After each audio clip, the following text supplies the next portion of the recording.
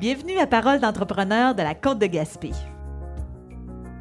Parole d'entrepreneur de la Côte de Gaspé, c'est une série de balados où on parle d'entrepreneuriat avec des entrepreneurs de la MRC de la Côte de Gaspé sur la pointe de la Gaspésie et plus précisément entre Grande-Vallée et Douglastown en passant par Murdochville.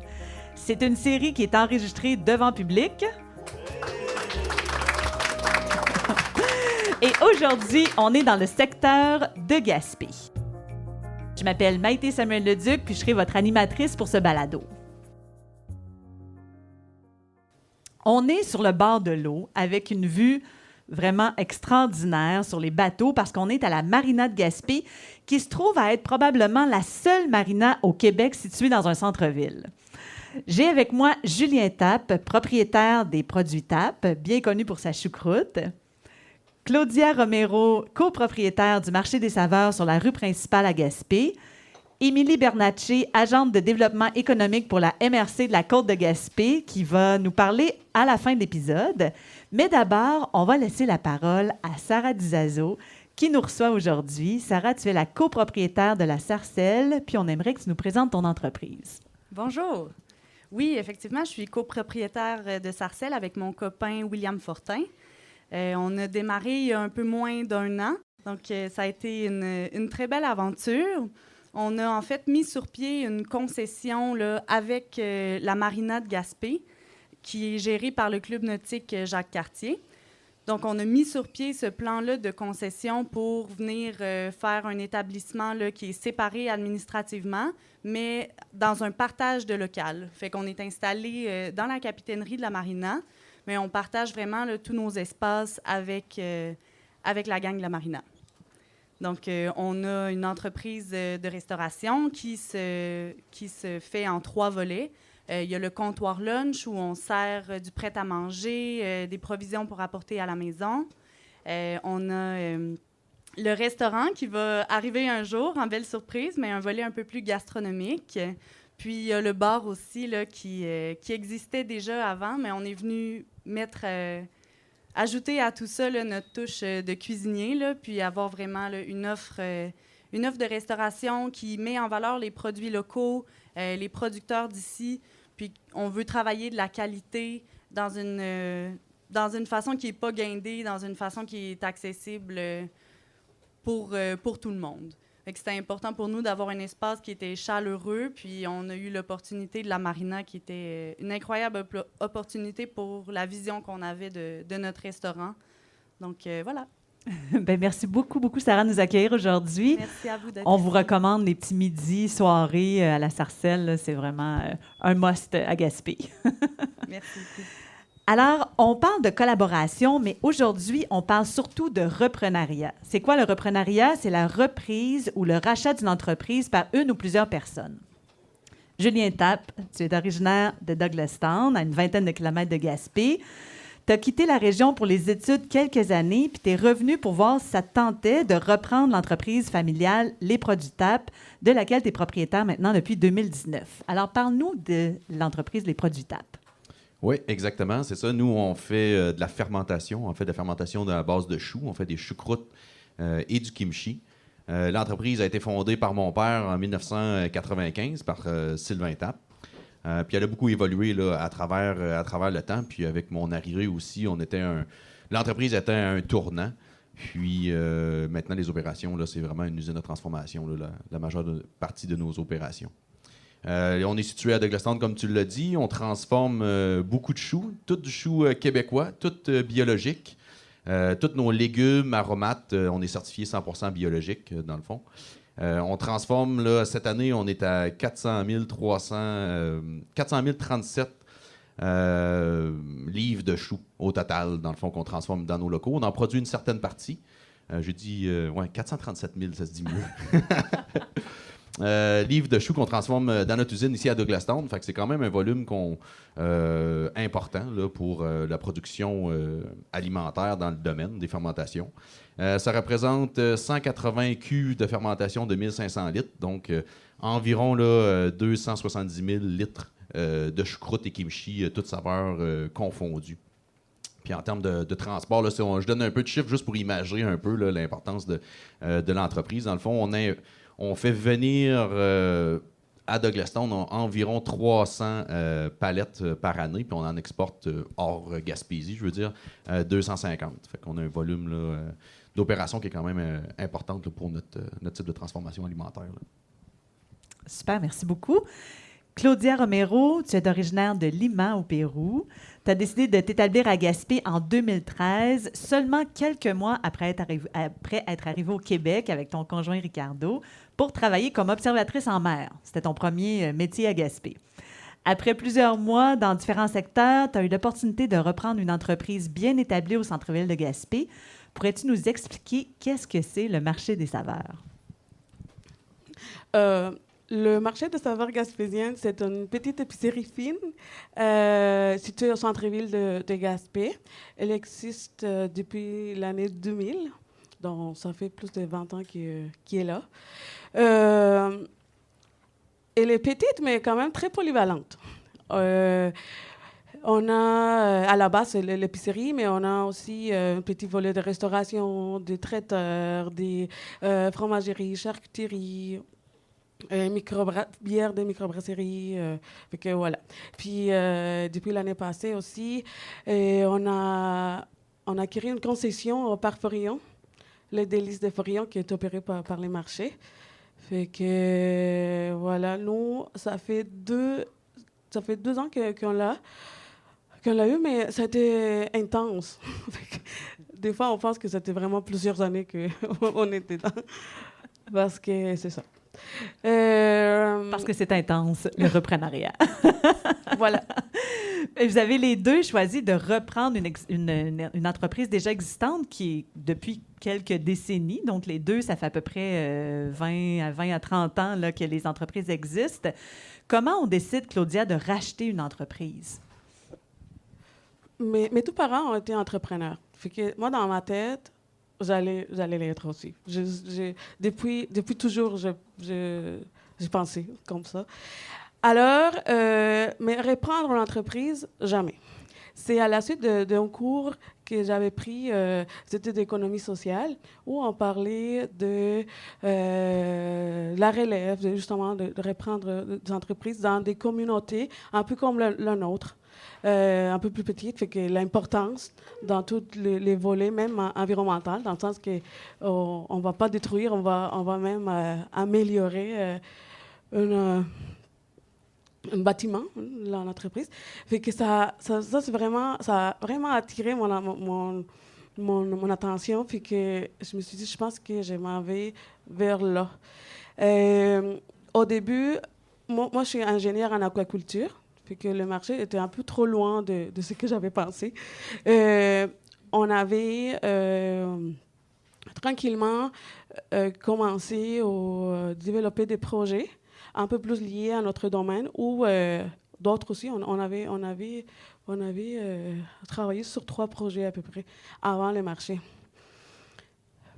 Puis, à un moment donné, c'est justement l'ancien propriétaire qui m'avait proposé cette opportunité. Fait que je croyais pas. Le marché de saveurs, depuis que je suis arrivée, c'est mon marché préféré. Fait que j'allais tout le temps. Fait que j'ai dit oui. Alors, après, j'ai discuté avec Ricardo.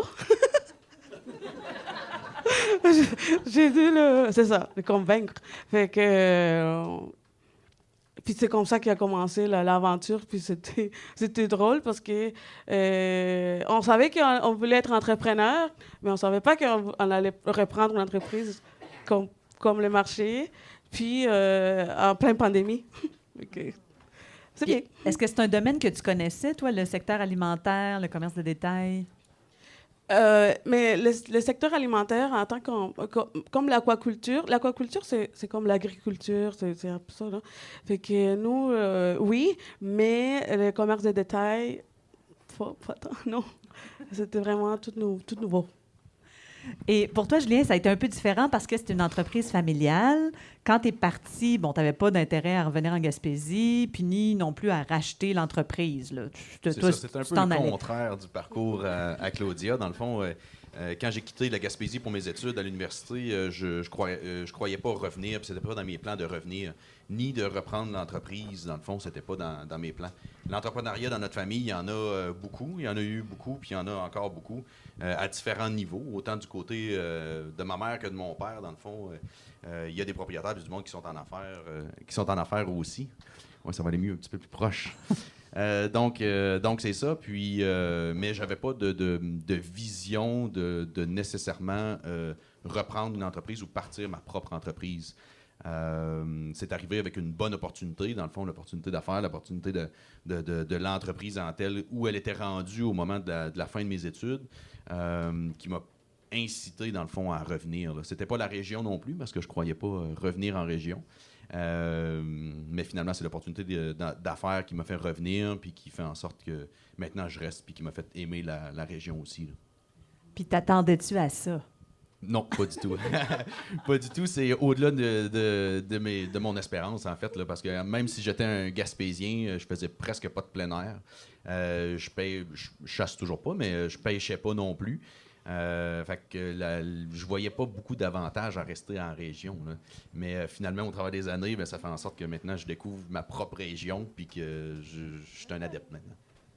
Donc, reprendre une entreprise, c'est au départ, du moins, adhérer aux façons de fonctionner de quelqu'un d'autre. Alors, comment on négocie avec ça, Claudia?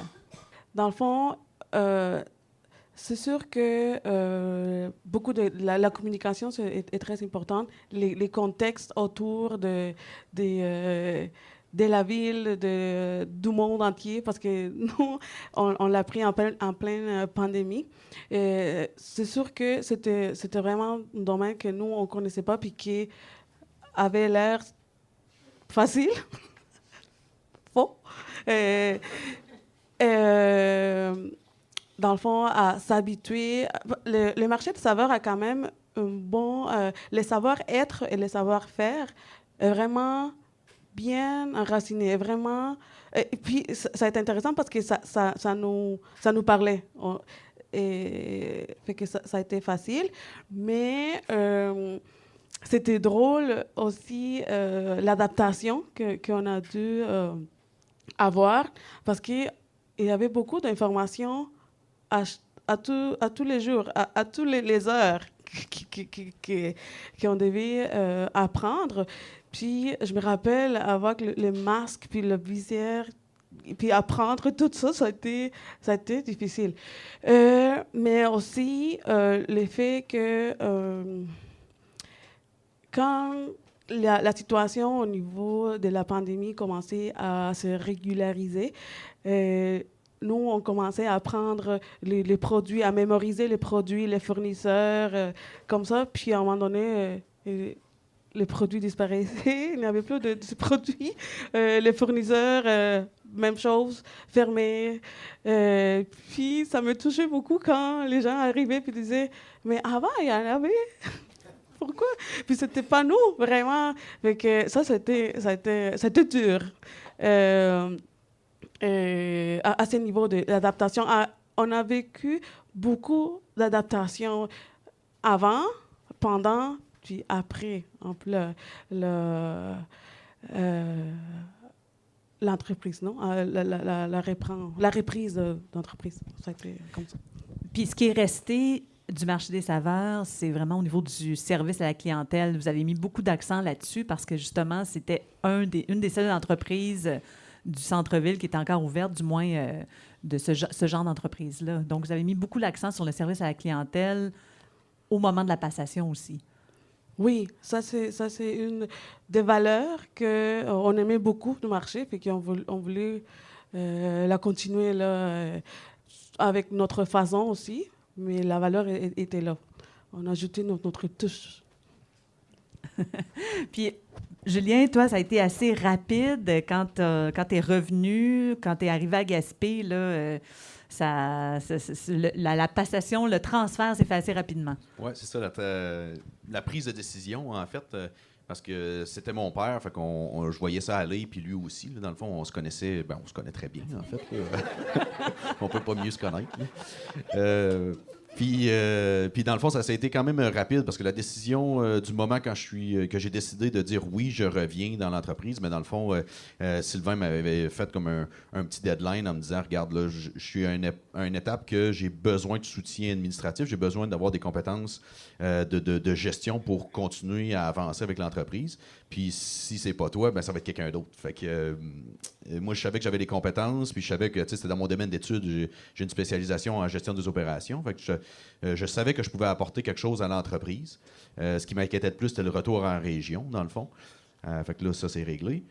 Fait que, mais avec l'entreprise, la passation des pouvoirs, c'est vraiment faite rapidement avec Sylvain parce qu'il y avait une énorme confiance en moi. Fait que quand je suis arrivé dans l'entreprise, qui était au mois d'août, ma sœur, qui reste aux États-Unis, dans le fond, se mariait 2 semaines après que j'arrive. Fait que, après 2 semaines ou peut-être un mois, là, quelque chose comme ça, mon père et ma mère, ils sont partis aux États-Unis. Puis l'entreprise étant en forte croissance, là, dans le fond, on doublait la superficie de plancher. Puis il ne faut pas oublier que moi, ma participation aux opérations dans les années avant mes études ou pendant mes études, c'était faible. Je savais qu'on faisait de la choucroute, mais je participais ici et là, mais dans l'opération puis dans la gestion de tout ça, pas du tout. Fait que ça a été une bonne courbe d'apprentissage. Puis il m'a laissé vraiment beaucoup, puis il m'en laisse encore aujourd'hui, là, beaucoup d'espace pour pouvoir gérer, là, dans le fond, d'amener ma couleur, là, comme Claudia parlait un petit peu, là, d'amener ma couleur dans l'entreprise. Là. Puis lui, il est parti comme ça, il t'a laissé tout seul. Puis là, quand le chat est parti, les souris dansent. Presque. Petite anecdote par rapport à ça, là, dans le fond. Quand Sylvain est parti, il travaillait, lui, avec une employée. Qui est Valise, qui a travaillé de mémoire 27 ans ou 30 ans avec Sylvain. Fait que une employée vraiment fidèle puis incroyable. Mais quand même, c'était 2 personnes. Fait que moi, je suis arrivé, puis là, je me mets un peu là-dedans, puis je regarde ça, puis je fais comme, oh, tabarnouche, je fais le caseload de commande. Il est gros, là, tu sais. Puis j'avais pas l'ambition de travailler tous les jours 24/24. Fait que, un moment donné, j'appelle Sylvain, il était aux États-Unis, je l'appelle, il est dans le mariage, il dit hey, père, je peux-tu embaucher? Tu sais? Il dit oui, pas de trouble, embauche, si tu penses que ça vaut la peine, puis qu'on est capable, puis ça va. Parfait. Fait que quand Sylvain est revenu une couple de semaines après, il arrive à la job, puis il fait oh, tabarnouche, il y avait 4 nouveaux employés qui venaient de commencer. Fait que là, ça roulait sur un autre beat. Là, il était sur le lift, il rentrait des palettes, puis il y a un gars qui arrive, puis il parle, puis il dit hey, monsieur, ça fait-tu longtemps que vous travaillez ici? Ouais, ça faisait un petit bout, là, ouais. T'as pris tes aises rapidement. Oui, mes aides rapidement. Puis l'entreprise a connu une croissance importante. Fait que suite à l'agrandissement, quand tu doubles la superficie de l'usine, c'est parce que ça va engendrer aussi un niveau d'opération qui est important aussi. Fait qu'on a plus que doublé le volume d'opération à l'intérieur de l'usine. Fait que ça faisait en sorte que l'entreprise que Sylvain avait bâtie et connue, on était en train de la remodeler. Ensemble, puis c'est quasiment comme si on recommençait, parce que le volume de fermentation, le volume de nos opérations, de nos machines, tout était nouveau. Fait que c'est comme si on remodelait une entreprise par la suite. Puis ça, t'as engagé ces personnes-là dans le temps où c'était facile d'engager des gens, où il n'y avait pas tout à fait de pénurie de main-d'œuvre. Ce serait quoi, par exemple? Est-ce que le défi d'engager des gens, Claudia, c'est un défi notable? Est-ce que pour toi, la main-d'œuvre est un défi? Puis est-ce que tu pensais que ça allait l'être aussi? Non. Dans le fond, moi, je me rappelle que j'avais écrit... je me suis fait une petite liste de défis à relever ou à porter attention là, des problèmes qui pourraient arriver. Puis, dans ma liste, la gestion de ressources humaines, c'était la dernière. Puis, j'étais un peu naïve. Parce que moi, je me suis dit, nous, on est gentils, fait qu'on va tirer la gentillesse. Faux!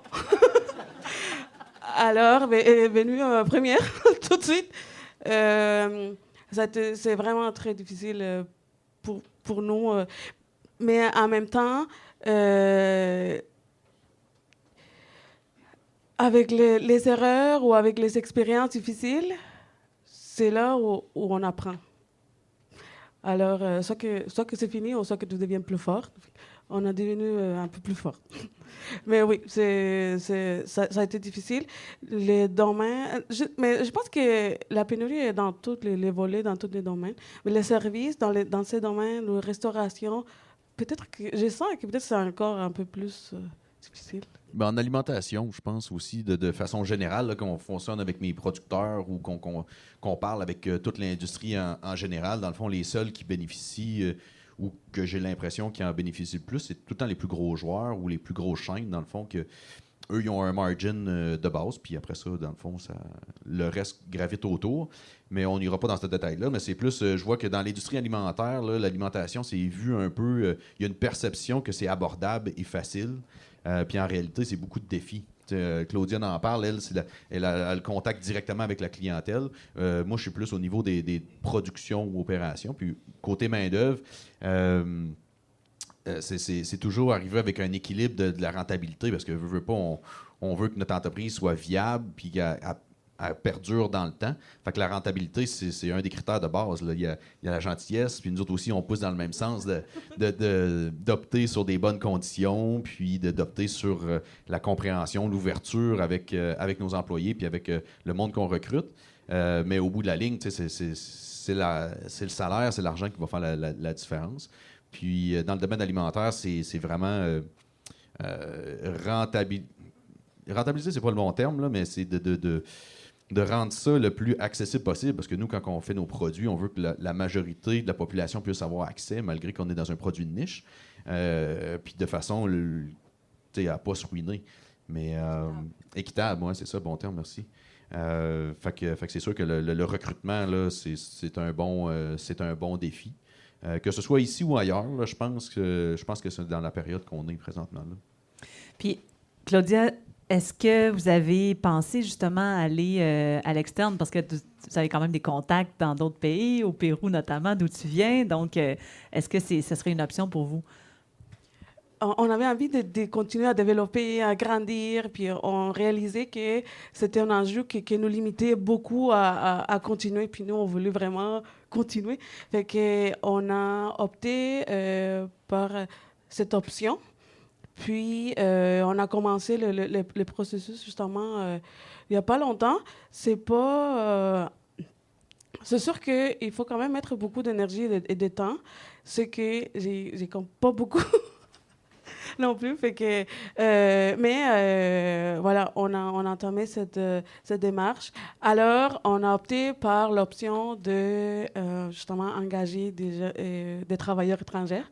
On a ciblé pour l'instant 3 personnes, 2 qui viennent du Pérou puis une qui vient du Mexique. Fait que, on les attend impatiemment. Donc, il y a quand même, ils vont devoir passer par tout le processus que vous avez passé, toi et Ricardo. Donc, la barrière de la langue, qui est quand même une barrière importante. Fait que, il y a quand même, c'est un processus, oui, de les faire venir ici, mais une fois qu'ils sont ici, il faut aussi les accueillir, puis qu'ils s'adaptent à leur nouvelle vie, quoi. Oui, puis en fait, une des questions, je me rappelle quand on interviewait les gens, c'était pas l'effet exact comme s'ils parlent français, mais de vouloir apprendre, parce que c'était vraiment une condition pas négociable. Alors, puis nous, on disait, nous, on a appris, là, fait que on parle quand même bien. Fait que j'ai demandé pas autant si vous parlez français, est-ce que vous voulez apprendre le français? Rapidement, quand même. Parce qu'on est dans le service à la clientèle. Fait qu'il faut vraiment parler bien, là. Mais apprendre ou oser parler. Même parce que les gens ici sont gentils. Fait que même s'ils ne comprennent pas, ils vont essayer de comprendre. Ils vont essayer de parler espagnol. C'est ça! On a des défis de main-d'œuvre, mais il y a aussi d'autres défis auxquels reprendre une entreprise peuvent mener. Julien, tu parlais, toi, de communication. Oui, mais dans le fond, nous, c'est ça. C'est la passation se fait par mon père. Fait que la relation que j'avais toujours eue avec Sylvain, mais c'est une père-fils. Là. Fait que partenaire d'affaires, c'est complètement différent qu'une relation père-fils parce que il y a l'émotion qui rentre en compte. Que souvent, avec des collègues de travail, oui, il y a de l'émotion, mais c'est pas la même émotion que quand c'est ton père ou ta mère. Parce que dans la famille, nous autres, là, dans le fond, dans l'entreprise, tous les membres de la famille sont impliqués.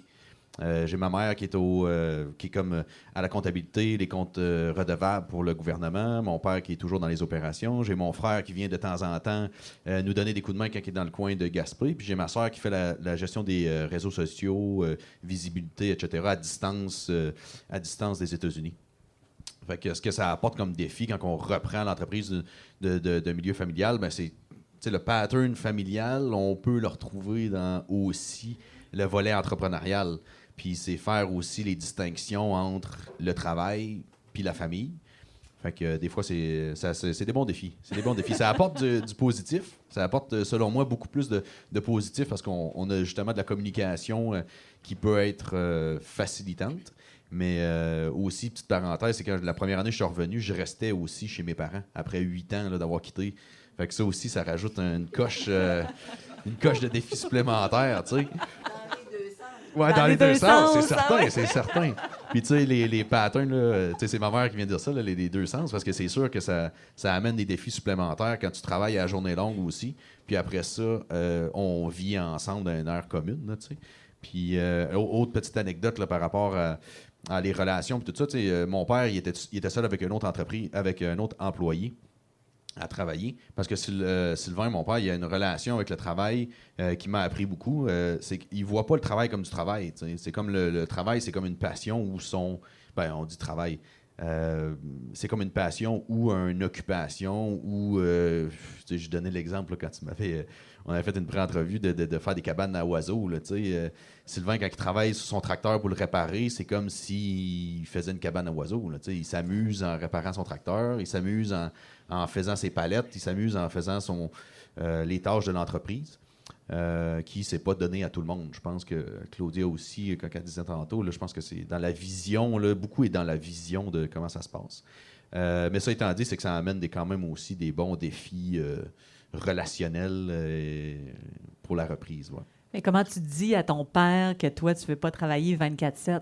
Ah, j'ai dit. Ça a été dans les premières discussions, parce que là, on s'est rendu compte que là, tu t'ambitionnes aussi. Là, on est deux personnes qui aiment ça bien performer. Fait que, surtout quand tu restes ensemble, il n'y avait pas de fin de semaine, pas de jour, pas de nuit. Je veux dire, on y allait tant que ça pouvait. Fait qu'il fallait mettre ses limites aussi. Puis, ouais, je pense que ça, je suis quand même capable de faire la distinction. Là. Mais ça va mieux depuis que je reste plus là.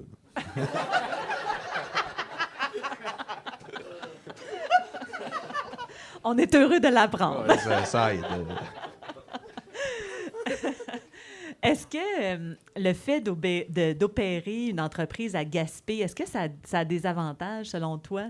Oui, on parlait d'avantages. Il y a beaucoup de défis, là, mais on parlait de transport et ces choses-là. Mais l'avantage, c'est qu'on a beaucoup de soutien quand même. Que ce soit des différents paliers. T'sais, on a des gens de la MRC ici aujourd'hui, mais ça peut être des différents organismes, la MRC, puis les différents paliers de gouvernement aussi. Il y a des programmes qui sont disponibles, là, surtout pour la production, dans le fond, pour chacun des paliers respectifs. Il y a beaucoup d'aides techniques qui sont offertes. Puis, veux pas, en région, il y a moins d'entreprises, il y a moins de projets. Je ne dis pas qu'ils ne sont pas importants, mais en termes de quantité, fait que ça fait en sorte que je pense, ma vision, c'est que les ressources sont peut-être plus attachées ou plus disponibles à répondre. En tout cas, dans notre cas, on était très, très bien encadrés. Puis on l'est toujours bien encadré. Ça, puis aussi le fait qu'on vient de la Gaspésie. Quand on fait des salons, nous, on est dans la production alimentaire, quand on fait des salons à l'extérieur, la Gaspésie, là, ça a bonne pub. Ça a bonne pub parce que c'est beau puis qu'on est fin.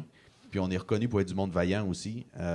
Fait que quand on met de l'avant la Gaspésie, c'est bénéfique. C'est bénéfique pour nous, puis je pense que c'est bénéfique pour la Gaspésie aussi. Là. Je pense que c'est win-win. Là. C'est gagnant-gagnant dans cette situation-là. Là. Mais est-ce qu'il y a des difficultés aussi? Tu sais, là, tu parlais de relations puis tout ça avec des fournisseurs, mais est-ce que, par exemple, s'approvisionner, ça peut être un défi en soi? Extrême. Claudiane en a fait mention aussi tout à l'heure avec les produits disponibles ou pas disponibles. Là, il y a un cadre spécial des dernières années, mais aussi la distance. La distance, là, c'est non négligeable pour le transport. Le transport, là, on parlait des palettes tout à l'heure, mais c'est des transports aussi banals que faire affaire avec Dicom ou n'importe quelle autre compagnie de transport. Là. Je sais pas, j'ai le droit de dire ça. Mais n'importe quelle autre compagnie de transport, tu sais. T'as bien beau cocher la case express, si t'envoies après mercredi, c'est fini. Là, c'est la semaine prochaine. Ça fait aucune différence. Même chose pour l'approvisionnement. Quand on faisait venir des professionnels ou les compagnies qui nous fournissaient en équipement spécialisé. Puis les autres sont comme, ouais, on amène une quincaillerie de base. On est comme, non, emmenez-en, là, parce que vous en trouverez pas à la quincaillerie du coin. Là. Puis les faire venir de Montréal, c'est une semaine. Fait que si le gars il est plus là pendant qu'il reçoit la pièce, ben c'est Sylvain qui l'installe. C'est ça qui se passe. Fait que c'est des bons défis, ça a des opportunités. Le gros avantage, c'est que je pense, comme Claudia disait, on est du monde résilient certainement, puis gentil. Fait que les relations d'affaires, Sylvain a bâti des relations d'affaires, ça fait 30 ans qu'on fait affaire avec les mêmes compagnies. Fait que ça aide beaucoup. Ceux-là qui restent, qui sont encore existantes. Mais l'approvisionnement, c'est certainement un bon défi. Puis je suis un peu hésitant à dire ça, mais la qualité de service aussi. Il y a des super entreprises à Gaspé, il y a des super entreprises, il y a des super offres de services, mais il y a moins de compétition. Moi, je suis convaincu que la compétition amène à s'améliorer. Nous, je suis sûr qu'on est meilleurs depuis qu'il y a plus de compétition dans notre domaine. Puis ça fait en sorte des fois qu'il y a moins d'offres de services où les offres de services ne viennent pas cogner à la porte. Quand j'étais à Montréal, j'étais dans un autre domaine complètement, dans le meuble, mais les fournisseurs venaient cogner aux portes à tous les jours, à toutes les semaines pour nous offrir leurs services. Fait que là, c'était complètement différent, là, la vision de faire affaire avec les autres entreprises. Puis, comme entrepreneur, là, si vous aviez un conseil à donner à quelqu'un qui voudrait racheter une entreprise, ce serait quoi? À part de pas nécessairement faire 2 enfants puis racheter une entreprise en l'espace de... Parce que Claudia a quand même 2 enfants en bas âge. Julien en a un aussi. Fait, Claudia, est-ce que toi, tu aurais un conseil à donner à un nouvel entrepreneur, à quelqu'un qui voudrait reprendre, en fait, une entreprise? L'échec que j'ai eu quand je voulais commencer ou développer un projet ou avoir une entreprise a été, par après, là, une force. Parce que j'avais déjà plus de références, j'avais déjà plus de connaissances. Fait que ne pas avoir peur à ça. Et toujours apprendre aussi à mettre les valeurs avant les émotions. Parce que ça, c'est quelque chose. Des fois, surtout, moi, je suis vraiment très émotive. Puis, comme ça. Fait que je dois toujours me ramener à la base de mes valeurs, m'accrocher fort pour le suivre. Parce que des fois, pour prendre des décisions, pour parler à quelqu'un, non, c'est important. Puis aussi, prioriser tes valeurs, parce que des fois, il peut rentrer en conflit. Puis c'est là où c'est aussi, ça va bouger. Quand tu crois à ton projet, il n'y a personne qui va te dire non, parce que tu le connais très bien, que tu vas toujours avoir une réponse, puis tu vas aller vers l'avant. Okay, c'est ça. Toi, Julien, est-ce que tu aurais un conseil à donner à un futur repreneur? Oui, c'est ça. Claudia en a abordé plusieurs intéressants. C'est sûr que l'entourage, là, quand je parle d'entourage, là, c'est le mentorat. Je sais que Claudia aussi a fait part, a reçu du mentorat. Je pense que être bien mentoré ou trouver quelqu'un, que ce soit de façon formelle ou informelle, qui peut être de bons conseils ou au moins une écoute attentive. Puis l'entourage, là, bien accompagné, que ce soit dans des partenaires, dans des employés, dans des amis, avoir un entourage qui est solide, parce que quand ça va bien, c'est le fun, mais quand ça va moins bien aussi, il y a du monde qui peuvent t'écouter puis te soutenir ou t'encourager. Puis de l'orgueil bien placé. L'orgueil, là, souvent, quand on est entrepreneur, on en a quand même un peu. Fait que, mais il faut la laisser de côté par moment pour être à l'écoute, puis bien comprendre, là, à l'écoute de façon générale, écouter les autres quand ils ont des choses à dire, mais aussi dans l'écoute du milieu ou l'écoute de l'environnement dans lequel on évolue, là, pour bien saisir, puis de dire des fois, ouais, ma décision, là, c'est peut-être pas la top, là, mais on peut remodeler ça, puis on recommence. Là. Claudia parlait d'échec, mais c'est de l'apprentissage. Je pense que c'est vraiment ça que tu voulais dire. Là, On apprend en réalisant des choses. Si tu n'essayes pas, tu le sauras pas. Fait que on double des superficies d'usine, on achète des affaires, puis des fois, il est dans le trailer. Mais moi, je me rappelle, Julien, on est allé visiter l'entreprise. Puis à un moment donné, on rentrait dans l'ère d'étiquetage. Puis là, il disait, je me présente mon plus grande erreur. C'est drôle. On apprend. Des fois, il faut apprendre très vite, mais c'est ça. On est polyvalent. Puis aussi, là, la gestion de la pression, là, elle a abordé aussi Claudia, la gestion de la pression puis du risque. Il ne faut pas avoir peur de prendre des risques parce que c'est ça. Si tu n'en apprends pas, tu fais un peu statut de co, puis il y a quelqu'un qui va te rattraper ou tu vas manquer une opportunité. Il faut juste l'essayer. Puis gestion de la pression, c'est qu'il y a toujours quelque chose. Il faut avoir de la résilience, puis être... c'est ça. Il va toujours avoir quelque chose. Fait que faut pas s'en faire, puis ça fait partie des défis qu'on a à relever. Puis là, tu parles de risques. Il y a aussi des risques financiers. Quand on se lance en entreprise comme ça, comment on fait pour se lancer financièrement dans le rachat d'une entreprise? Dans notre cas, c'est avantageux d'avoir son père dans ce cas-là. Parce que moi, quand je suis revenu, ça fait 7 ans, c'était en 2016 là, que je suis revenu pour le projet. La première année, là, c'était pas dans les plans de reprendre l'entreprise tout de suite. On se donnait une année de transition. Pour savoir si jamais assez la Gaspésie pour rester. C'était pas le projet entrepreneurial, mais c'était vraiment plus la Gaspésie. Finalement, ça a vraiment pas été long pour savoir que j'étais prêt à rester ici. Puis après ça, c'est une bonne planification. On a pris au moins 3 ans à planifier le rachat. Nous, on rachète par l'entreprise, dans le fond. Fait que ça, c'est aidant, c'est facilitant pour moi. Il faut avoir une certaine flexibilité aussi du côté du vendeur, parce qu'il y a accès au travers du temps, dans le fond, à son capital, à la valeur de l'entreprise. Fait que nous autres, c'est vraiment un rachat par l'entreprise. Puis, étais-tu pressé au début? Tu t'es dit, OK, là, il faut vite que je rembourse là, pour me débarrasser de ça ou me débarrasser de ma dette? C'était pas nécessairement en lien avec la dette. Moi, ma pression n'était pas en lien avec la dette ou l'envergure financière ou toutes ces choses-là. C'était vraiment par rapport à mes parents. Parce que, dans le fond, c'était leur retraite. C'est leur retraite, l'entreprise. Fait que si ça va pas bien, tu te mets une pression en arrière de ton idée, pareil, qui te dit, bon, si ça va pas bien, c'est moi qui fais en sorte que ça va pas bien. Fait que j'avais quand même une certaine pression que ça, il venait seulement que de moi. Là. Mes parents m'ont jamais mis aucune pression, encore moins Sylvain là-dessus. Là. C'était vraiment plus de mon côté de bien faire performer l'entreprise, de la racheter pendant que ça va bien, parce qu'on connaît des bonnes années dans les dernières années. Fait que c'était plus à ce niveau-là qu'à autre niveau. Puis c'est gérer aussi les liquidités puis les investissements, surtout quand on est en forte période de croissance, puis en plus en période de rachat, de bien gérer tout l'aspect financier pour être sûr que les liquidités soient toujours là quand on a besoin. Là. Vous en avez nommé plusieurs depuis le début de l'entrevue, mais j'aimerais savoir, ce serait quoi les qualités à avoir pour reprendre une entreprise? Si vous avez à penser à une qualité majeure ou quelques-unes. Je pense qu'il faut être quand même assez résilient puis confiant là, dans ce qu'on va entreprendre puis se lancer.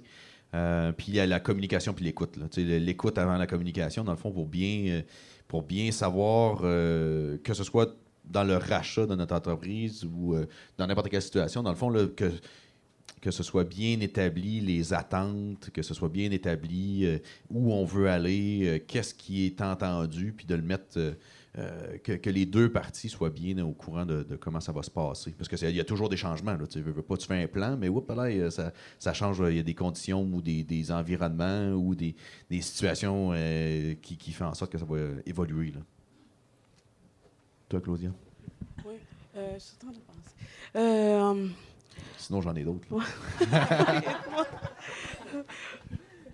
Dis-moi.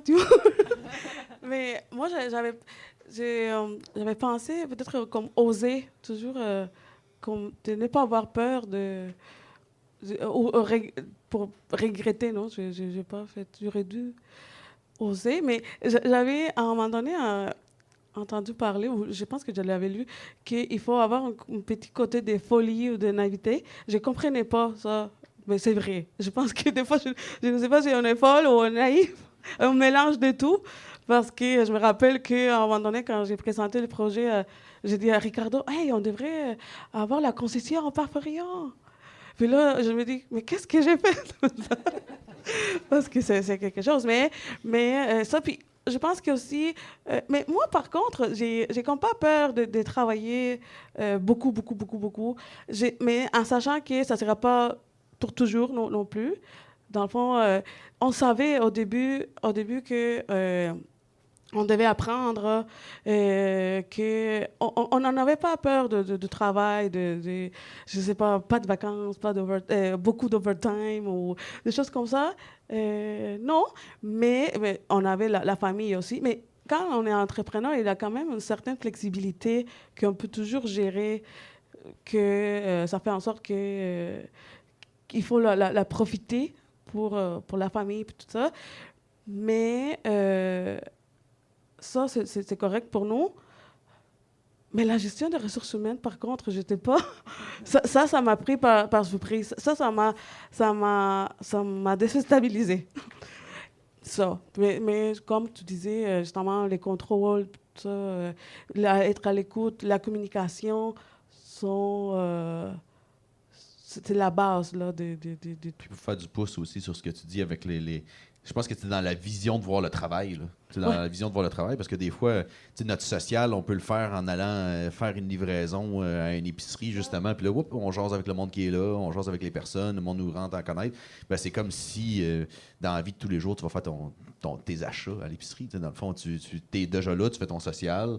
Les rencontres d'affaires, les entrevues, un peu les podcasts comme aujourd'hui. Mais dans le fond, on transmet ou on parle de ce qu'on fait au quotidien, mais c'est que tu le vois comme du travail, bon, ben, ça va peut-être être un peu plus long, mais si tu le vois comme des échanges, comme des discussions, comme si tu allais prendre un verre à la Sarcelle, par exemple, ben, je pense que c'est beaucoup dans la vision. Là. Je pense que Sylvain, c'est beaucoup ça qui m'a apporté. Là. C'est dans la vision de voir les choses, puis de voir les défis aussi.